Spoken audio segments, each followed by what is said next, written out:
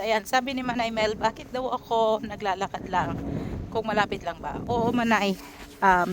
Malapit lang siya sa bahay, yung aking pasok, yung aking 10 minus 9 hours na trabaho. Ayan, yung 1 hour trabaho natin places. Malapit lang siya sa bahay. So, dalawang kanto lang siya. So, ipopost ko lang tong video and then pagdating sa kanto, makikita na natin. So, makalipas yung ating ilang minutong paglalakad, nandito na tayo sa unang kanto and then sa pangalawa. So, actually, maiksi lang ito. Hindi siya ganun kalayo sa bahay, kaya naglalakad lang ako. So, ganito lang talaga yun. Nilalakad ko lang siya kasi hindi naman tayo nagda-drive at wala naman akong sasakyan. Kalabaw lang ang kaya kong i-drive. So, diba? Kalabaw lang yung kaya kong i-drive. Kaya nandito na tayo at ilang ikot-ikot na lang. Ilang liko-liko na lang. Nandoon na tayo sa ating trabaho. So, ganun lang kalapit yung trabaho ko sa bahay. So, masasabi kong mga 5 minutes siguro kapag ka mabilis maglakad. Pagka may bata kang kasama, mga 10 minutes.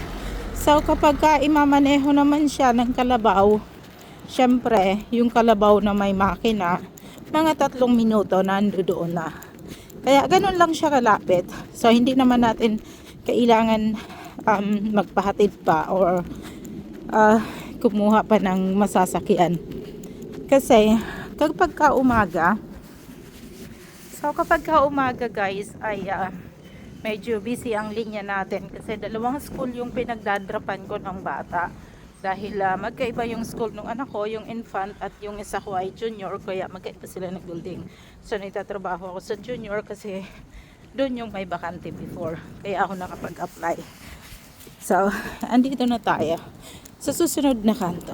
So, masasabi kong kung susumain, dalawang kanto lang siya.